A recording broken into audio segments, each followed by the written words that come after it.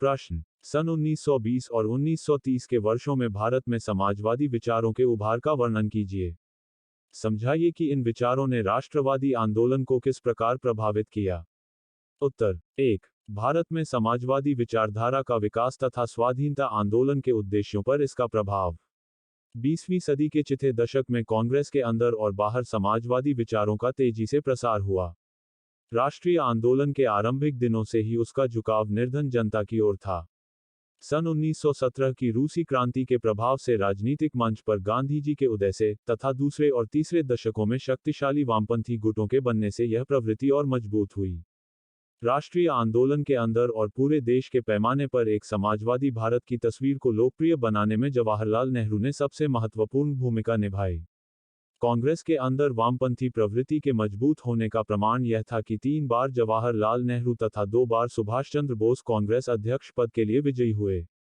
नेहरू का तर्क था कि राजनीतिक स्वाधीनता का अर्थ जनता की आर्थिक शक्ति, खासकर मेहनती किसानों की सामंती शोषण से मुक्ति होना चाहिए।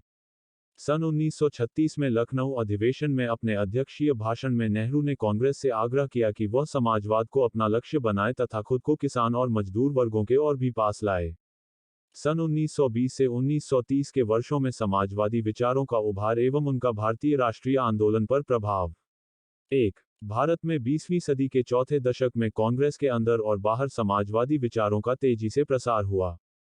रूस की महान अक्टूबर 1917 की क्रांति के अंतर्राष्ट्रीय प्रभाव, भारतीय राजनीतिक मंच पर मोहनदास करमचंद गांधी के उदय से, वामपंथी दलों के निर्माण तथा 1929 से 1992 के मध्य पूंजीवादी देशों की आर्थिक नीतियों के कारण आई महान आर्थिक मंदी के कुप्रभावों के फलस्वरूप भारत में समाजवादी विचार बड़ी तेजी से लोकप्रिय हो गए। 2। राष्ट्रीय आंदोलन के अंदर और पूरे देश के पैमाने पर एक समाजवादी भारत की तस्वीर को लोकप्रिय बनाने में जवाहरलाल नेहरू ने सबसे महत्वपूर्ण भूमिका निभाई। पंडित जवाहरलाल नेहरू का तर्क था कि राजनीतिक स्वाधीनता का अर्थ जनता की आर्थिक मुक्ति, विशेषकर मेहनती किसानों की सामंती शोषण से मुक्ति होनी चाहिए। 3। सन 1956 में लखनऊ अधिवेशन में अपने अध्यक्षीय भाषण में नेहरू ने कांग्रेस से आग्रह किया था कि वह समाजवाद को अपना लक्ष्य बनाए तथा खुद को किसान और मजदूर वर्गों के और भी पास लाए।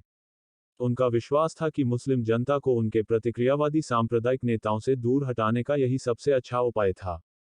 4। देश में समाजवादी विचारों के प्रसार का प्रमाण जल्द ही कांग्रेस के कार्यक्रम तथा नीतियों में भी देखा गया। इस दिशा में एक महत्वपूर्ण प्रस्थान बिंदु मौलिक अधिकारों और आर्थिक नीति पर वह प्रस्ताव था जिसे कांग्रेस ने कराची अधिवेशन में जवाहरलाल नेहरू के आग्रह पर पारित किया।